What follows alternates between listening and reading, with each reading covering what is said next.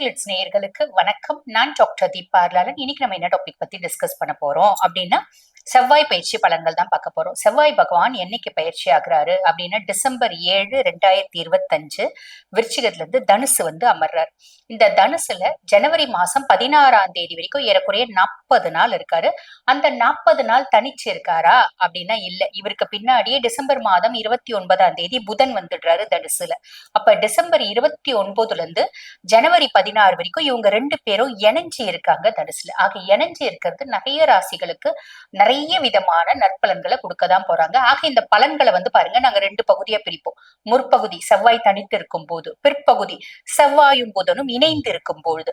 ஆக ஸ்கிப் பண்ணாம பாருங்க. அப்பதான் உங்க ராசிக்கு என்ன மாதிரி பலன்கள் இவங்க தர போறாங்க அப்படின்றது தெளிவா தெரியும். நேரத்தை வீண் பண்ணாம சட்டுன்னு வீடியோக்குள்ள போயிடலாம் வாங்க.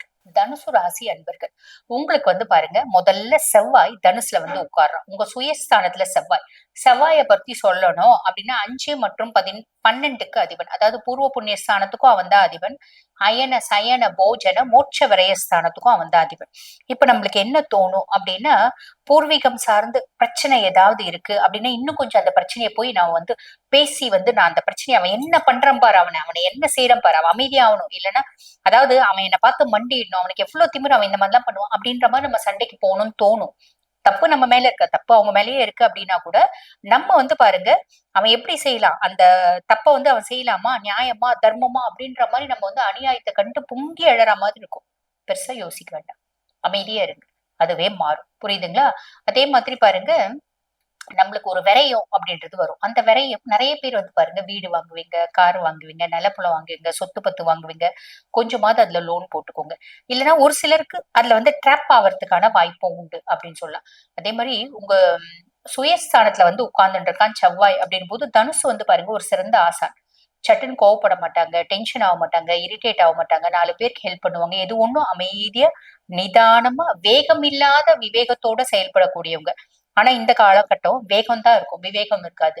சட்டுன்னு கோவப்படுவாங்க, டென்ஷன் ஆவாங்க, இரிட்டேட் ஆவாங்க. எந்த அளவுக்கு இரிட்டேட் ஆவாங்க அப்படின்னா, என்ன பேசுறாங்கன்னு அவங்களுக்கே தெரியாது. பேசி சண்டை போட்டு முடிச்சோடனே யோசிப்பாங்க, ஐயோ நம்ம பேசாம இருந்திருக்கலாமோ, ஓவரா ரியாக்ட் பண்ணிட்டோமோ, ஓவரா வந்து ரெஸ்பான்ஸ் பண்ணிட்டோமோ, இப்படி சண்டை போட்டு நம்மளோட நிம்மதி தானே குறைஞ்சிச்சு, நம்ம ஏன் இப்படி சண்டை போட்டோம் அப்படின்ற மாதிரி பின்னாடி வருத்தப்படுவாங்க. ஆக பேசுறதுக்கு முன்னாடி யோசிச்சு செய்யுங்க அப்படின்னு சொல்லலாம். சரி, இது முற்பகுதி. பிற்பகுதி வந்து பாருங்க, புதன் வந்து உட்கார்றாரு சுயஸ்தானத்தில். புதன் வந்து உட்கார்றாரு அப்படின்னு போது, நம்ம எந்த ஒரு விஷயம் கோவம் பயங்கரமா வருதுன்னா கூட யோசிப்போம்.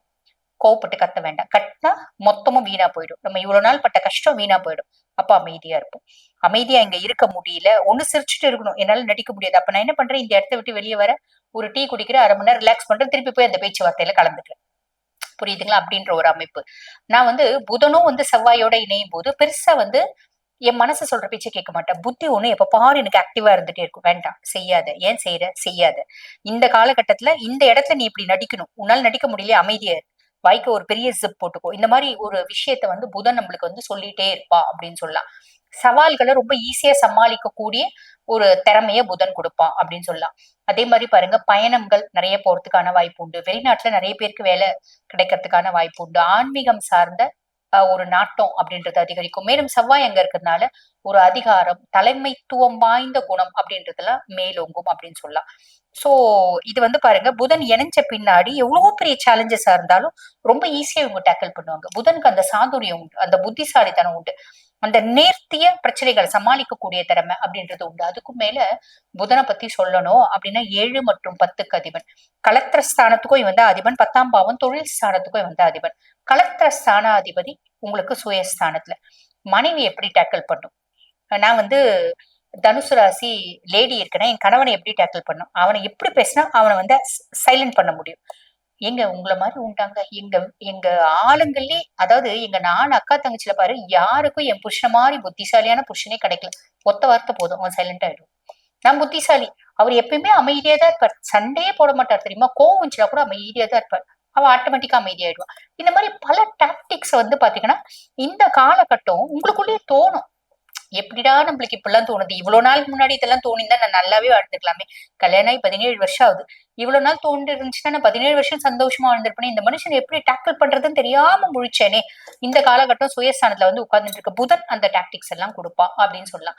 இது நம்மளோட லைஃப் பார்ட்னரை மட்டும் இல்லைங்க, பிசினஸ் பார்ட்னரையும் இப்படி நம்மளுக்கு ஓவர் கம் பண்ணக்கூடிய டாக்டிக்ஸை புதன் கொடுப்பான். இந்த பிசினஸ் பார்ட்னரை நம்ம ஓவர் கம் பண்றோம், லைஃப் பார்ட்னரையும் ஓவர் கம் பண்றோம், வீட்லயே நிம்மதி இருக்கு, தொழில் செய்யற இடத்துல நிம்மதி இருக்கு, ஆட்டோமேட்டிக்கா தொழில் முன்னேற்றம் அடையும் தானே.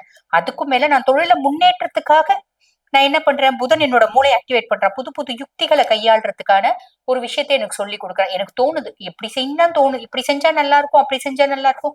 அந்த மாதிரி நான் plan A, plan B, plan C, plan D, plan Z வரைக்கும் போட்டு வச்சுக்கிறேன்.